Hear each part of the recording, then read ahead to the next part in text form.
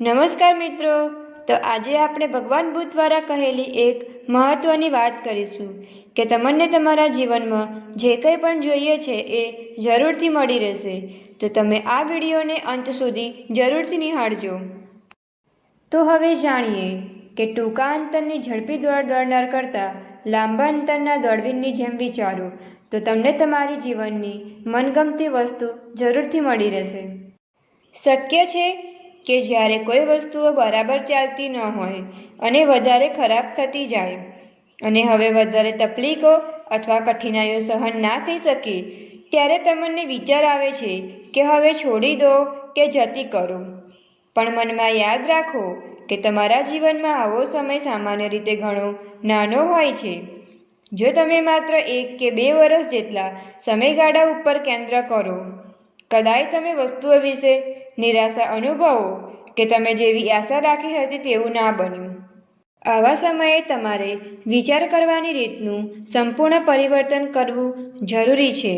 હકીકત એ છે કે આ સમય દરમિયાન તમે સફળ થયા નહીં, પણ એનો અર્થ એવો હોઈ શકે કે તમે ટૂંકું દોડનાર જેટલું જીતી શક્યા નહીં, પણ એનો અર્થ એવો પણ નથી કે તમારામાં દોડવીર જેટલી શક્તિ નહીં.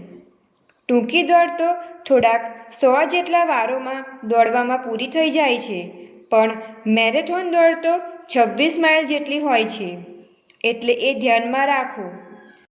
જો તમે ટૂંકી દોડમાં કદાચ સારા ના હોય, પણ પછી તમારી જાતને પૂછો કે લાંબા ગાળાની દોડમાં દોડવાની કુશળતા તમારામાં છે. કોઈ વાર તમારે તમારા પરિપ્રેક્ષ્યને બદલવો જ જોઈએ.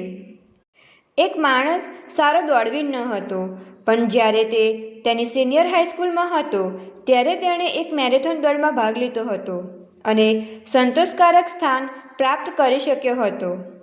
લાંબી દોડના અનુભવને તેને શીખવ્યું કે બધી બાબતોમાં તારી ગતિલયતા જાળવી રાખવાનું મહત્ત્વ શું છે.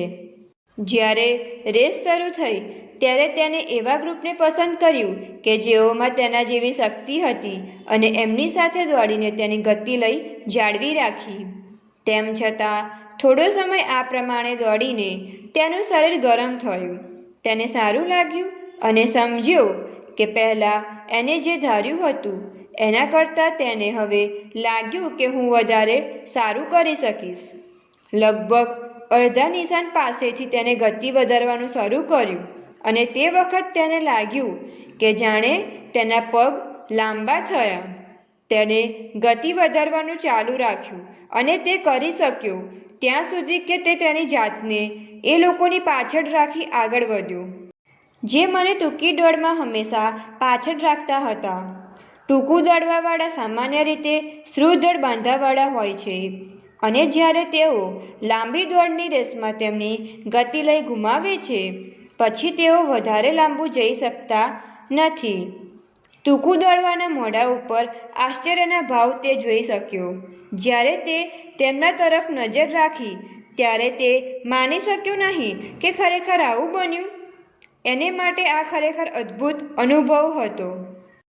તમારી ગતિલયતાનું મહત્ત્વ શું છે એ વિશે મેં વાત કરી છે. તટસ્થપણે તમારી પોતાની શક્તિ કેટલી છે તેનો અંદાજ કાઢી લેવો અને લાંબી દોડમાં ઉત્તમ શક્ય પરિણામ લાવવા માટે ક્યારેય વધારે પ્રયત્નોની જરૂર છે તે નક્કી કરી લેવું. સુધારા માટે હંમેશા અવકાશ હોય છે જ. તમારી શક્યતાઓ ઉપર તમે મર્યાદાઓ બાંધો છો. જ્યારે ચિંતાઓનો સામનો કરીએ ત્યારે તમારા જીવનમાં બીજી શક્યતાઓ વધારવા માટેના રસ્તાઓ શોધવા એ હંમેશા મહત્વનું છે. બેઝબોલની રમત ધંધાકીય કે મૈત્રીની હોય ત્યારે બેન્ચ ઉપર 2 કે વધારે ખેલાડીઓ રમવા માટે રાહ જોતા બેઠેલા હોય છે. જ્યારે જરૂર પડે ત્યારે રમે. જુદા જુદા ખેલાડીઓ જુદો જુદો ભાગ ભજવે, જેમ કે શરૂ કરનાર, વચ્ચે આરામ આપનાર અને નજીકના કારણે. ટીમમાં જુદા જુદા ભાગોમાં જુદા જુદા રોલ માટે બદલીમાં તેમને તૈયાર કર્યા હોય છે. પછી રમત જે પ્રમાણે ચાલે તે રીતે તેના વ્યૂહમાં ગોઠવવામાં આવે. આ પ્રમાણે કોચ હારવાના જોખમને ઓછું કરે છે. એ જ પ્રમાણે જીવનમાં પણ તમારી નિષ્ફળતાની શક્યતાઓ સામે કેટલીક સાવચેતીઓ રાખવી જોઈએ. 2 કે વધારે વિકલ્પો અગાઉથી તૈયાર કરો અને તમારી પ્રશ્ન ઉકેલવાની કુશળતાઓને સંસ્કારી બનાવો, એટલે મુશ્કેલીમાંથી તમે બહાર નીકળી શકશો. જે રીતે ધંધાકીય ખેલાડીઓ પણ હંમેશા રમત જીતી શકતા નથી, તેમ તમારા સપનાઓ પણ હંમેશા પૂર્ણ થતા નથી, કારણ કે આ જ રસ્તે અવરોધો રાહ જોતા તમને મળે છે. એટલા માટે કટોકટીમાં કેટલા ઉપાયો અગાઉથી તૈયાર રાખો કે જેથી તમે તેમનો સામનો જરૂર કરી શકો અને તેના સામે જરૂરી પગલાં લઈ શકો.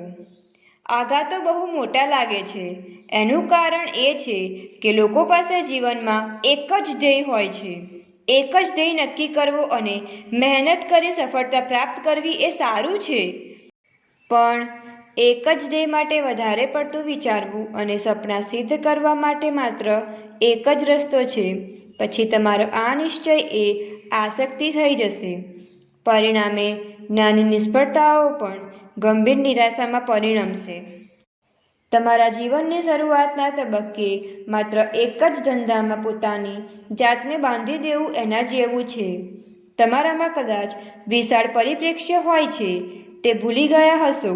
જેમ કે તમારામાં તમે વિચારો છો તેના કરતાં ઘણી વધારે શક્તિઓ છે.